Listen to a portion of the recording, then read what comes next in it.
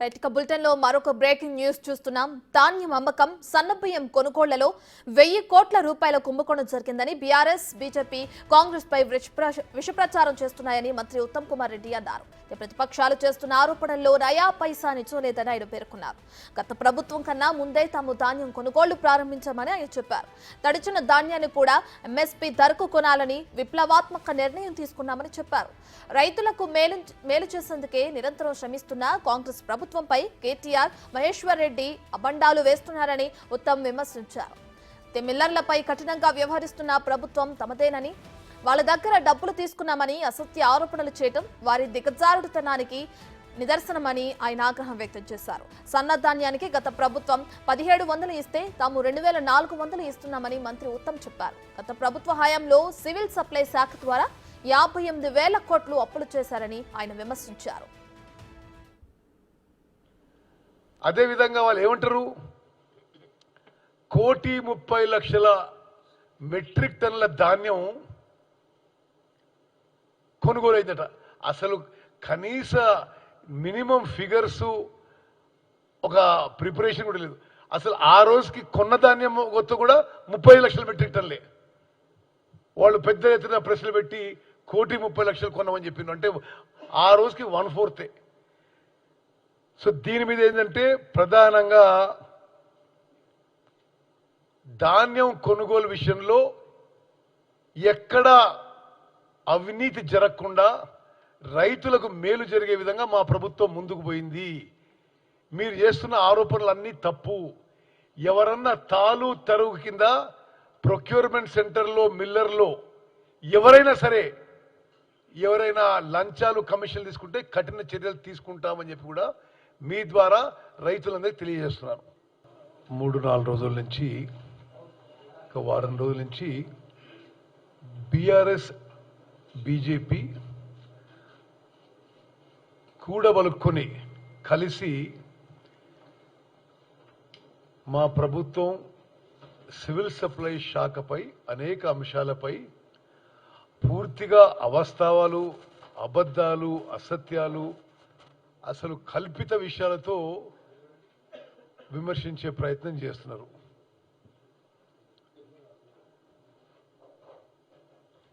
100% ఇవన్నీ అబద్ధాలే. అంటే ఒక నయా పైసా కూడా. ధాన్యం అమ్మకం, సన్నబియ్యం కొనుగోలులో కాంగ్రెస్ ప్రభుత్వం 1000 కోట్ల కుంభకోణానికి పాల్పడిందని 15 రోజుల క్రితమే బయటపెట్టినా ప్రభుత్వం ఇప్పటిదాకా స్పందించలేదని మాజీ మంత్రి కేటీఆర్ విమర్శించారు. ఈ కుంభకోణంపై ముఖ్యమంత్రి రేవంత్ రెడ్డి కానీ, ఉత్తమ్ కుమార్ రెడ్డి కానీ ఇప్పటిదాకా ఒక్క మాట మాట్లాడలేదని, తాము లేవనెత్తిన ప్రశ్నలకు సమాధానం చెప్పలేదన్నారు. ధాన్యం సేకరణపై దృష్టి పెట్టకుండా రైతన్నల నుంచి సేకరించిన ధాన్యంపై కన్ను వేసి ఈ స్కామ్ కి, అవినీతి చీకటి దందాకు తెరలేపారని ఆరోపించారు. బీఆర్ఎస్ అంటే స్కీములు, కాంగ్రెస్ అంటే స్కామ్లు అని కేటీఆర్ వ్యాఖ్యానించారు. గల్లీ మే లూటో, ఢిల్లీ మే బాటో అన్నది కాంగ్రెస్ అని ఆయన విమర్శించారు. అయితే ఈ ధాన్యం కుంభకోణం మీద దృష్టి పెట్టి మరి స్వయంగా ముఖ్యమంత్రి గారి పేషీ నుంచి, పౌర సరఫరాల శాఖ డిపార్ట్మెంట్ నుంచే ఈ కుంభకోణం జరిగిందనేది మాకు వస్తున్న ఇన్ఫర్మేషన్. ప్రభుత్వ ఖజానాకు గండి కొట్టడం, కొంతమంది కాంట్రాక్టర్లకు దోచిపెట్టడం, వాళ్ళు వీళ్ళు కలిసి చీకటి దందా చేసి ఒక 1000 కోట్ల రూపాయల కుంభకోణం ఈరోజు నేను నిర్దిష్టంగా చేస్తున్న ఆరోపణ.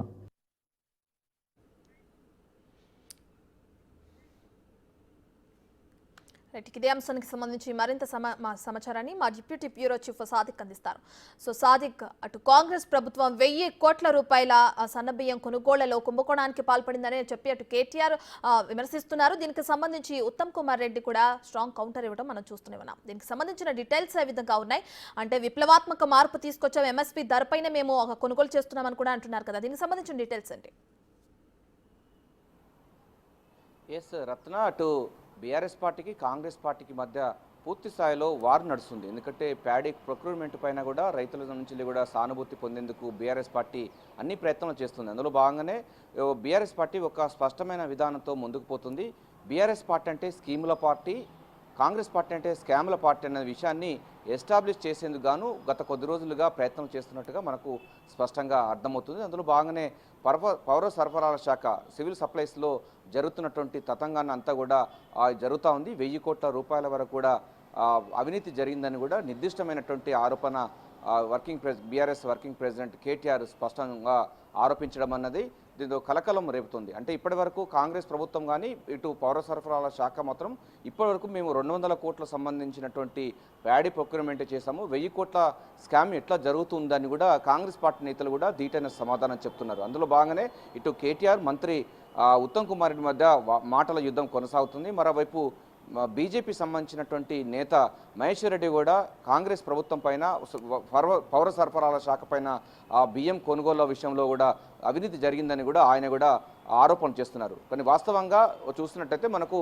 ఎఫ్సిఐ అన్నది కేంద్ర ప్రభుత్వ సంస్థ. ఎఫ్సిఐ నుండి కూడా వాళ్ళు పూర్తి వివరాలు తీసుకోవడానికి ఆస్కారం కూడా ఉంటుంది. మరి మహేశ్వర్ రెడ్డి ఎందుకు ఇటువంటి విధానాలు చేయలేదని కూడా కాంగ్రెస్ పార్టీ నుంచి కూడా వస్తున్నటువంటి విమర్శ అందుకే ప్రశ్నిస్తున్నారు. మీరేమైనా అవినీతి ఆరోపణలు జరిగిందని అనుకుంటే ఈ కేంద్రంలో ఉన్నటువంటి ఎఫ్సిఐ ద్వారా ఎందుకు మీరు దీనిపైన విచారణ జరపడం లేదని కూడా కాంగ్రెస్ పార్టీ గట్టి సమాధానం చెప్తుంది.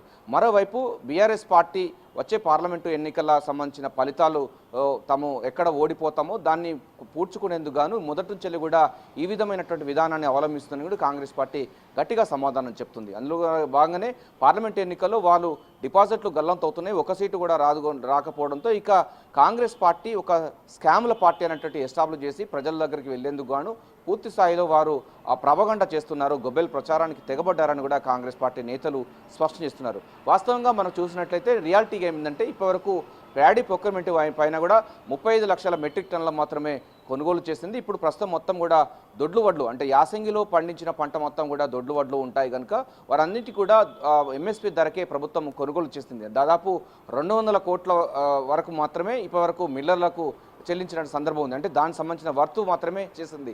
ఇందులో 1000 కోట్ల కానీ లేకపోతే 11 కోట్ల స్కామ్ జరగడానికి ఏమాత్రం వీలు లేదు. మరోవైపు సన్న బియ్యానికి బయట మార్కెట్లో 50 రూపాయలు పైగా ఉంది. కానీ కేటీఆర్ చెప్తున్నటువంటి ప్రకారం కానీ లేకపోతే కోట్ చేసిన ప్రకారంగా 42 రూపాయలు లేదా 45 రూపాయలకు మాత్రమే కోట్ చేశారని కూడా కేటీఆర్ చేయడం ఏంటని కూడా ఉత్తమ్ కుమార్ రెడ్డి ప్రశ్నిస్తున్నారు. సో వాస్తవంగా సన్న బియ్యానికి మార్కెట్ ధరలో 52 రూపాయల కంటే ఎక్కువగా ఉంది. కానీ కేటీఆర్ మాత్రం 42 రూపాయలు లేదా 45 రూపాయల వరకే ఉందని చెప్తున్నారు. సో ఉత్తమ్ కుమార్ రెడ్డి కూడా దీనిపైన స్పందించడం జరిగింది. ఒకవేళ 42 రూపాయలు కానీ 45 రూపాయలకు సన్న బియ్యం కనుక బయట మార్కెట్లో కానీ తమ వద్ద ఉంటే మాత్రం ప్రభుత్వం కొనుగోలు చేసేందుకు సిద్ధంగా ఉందని కూడా ఆయన స్పష్టం చేయడం జరిగింది.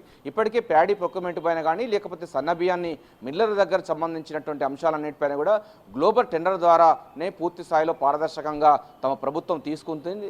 ఇప్పటికే 6 గ్యారంటీ స్కీమ్స్ అన్నీ కూడా పకడ్బందీగా అమలవుతున్నాయి.